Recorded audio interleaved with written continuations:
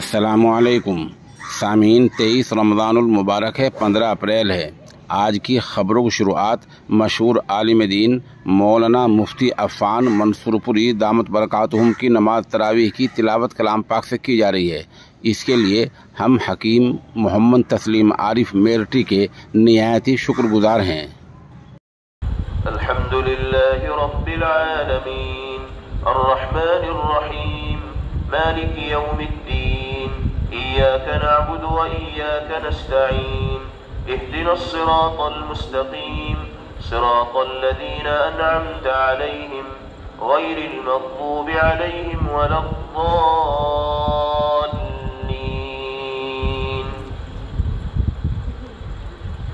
मा काना अलन नबिय्यि मिन हरजिन फीमा फ़रज़ल्लाहु लहु सुन्नतल्लाहि फ़िल्लज़ीना ख़लौ मिन क़ब्लु व काना अम्रुल्लाहि क़दरन मक़दूरा। الذين يبلغون رسالات الله ويخشونه ولا يخشون أحدا إلا الله وكفى بالله حسيبا.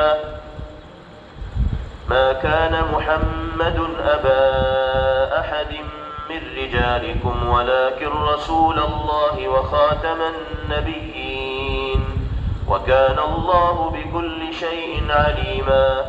يا أيها الذين آمنوا اذكروا الله ذكرا كثيرا وسبحوه بكرة وأصيلا. هو الذي يصلي عليكم وملائكته ليخرجكم من الظلمات إلى النور وكان بالمؤمنين رحيما. تحيتهم يوم يلقونه سلام وأعد لهم أجرا كريما.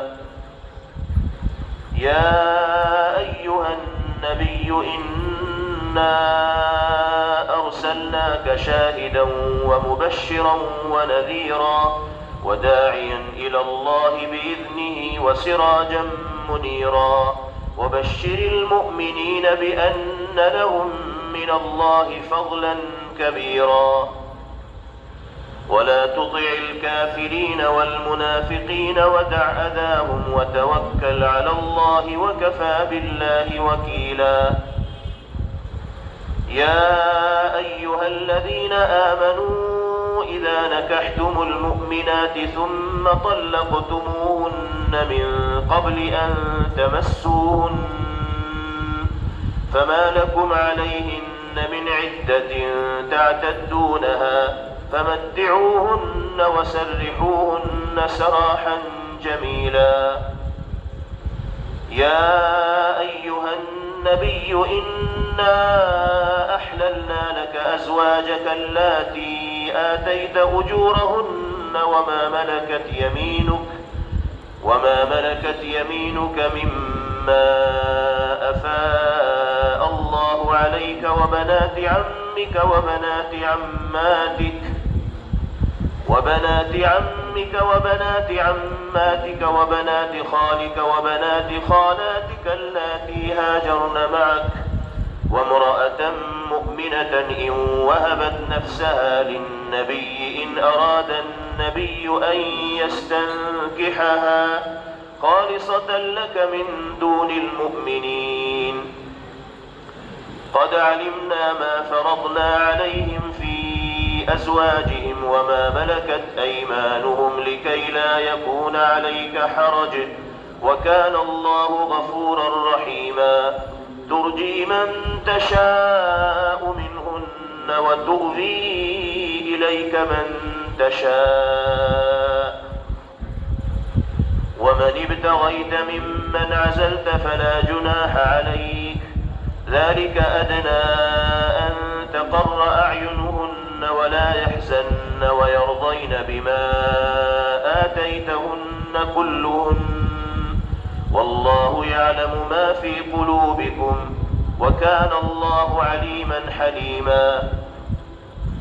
لا يحل لك النساء من بعد ولا أن تبدل بهن من أزواج ولو أعجبك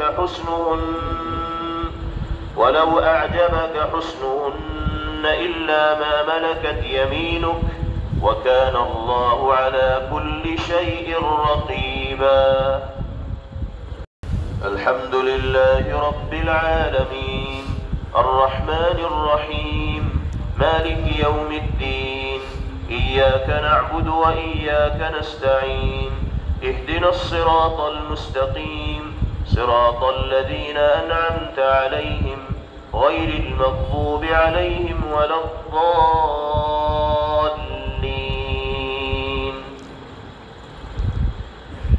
يا أيها الذين آمنوا لا تدخلوا بيوت النبي إلا أن يؤذن لكم إلى طعام غير ناظرين إناه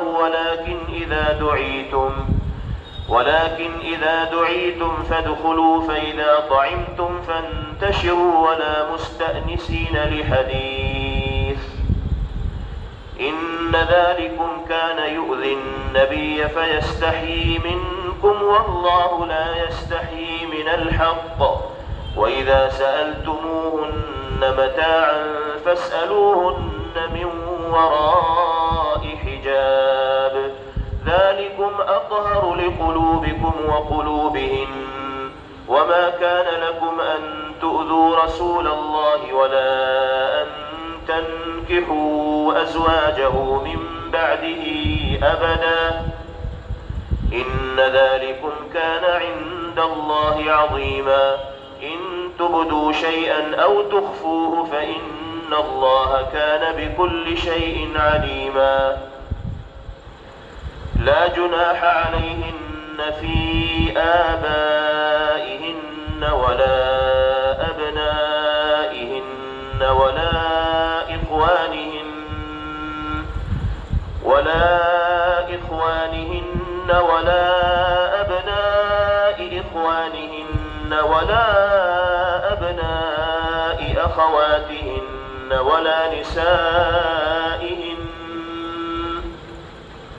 ولا نسائهن ولا ما ملكت أيمانهن واتقين الله إن الله كان على كل شيء شهيدا.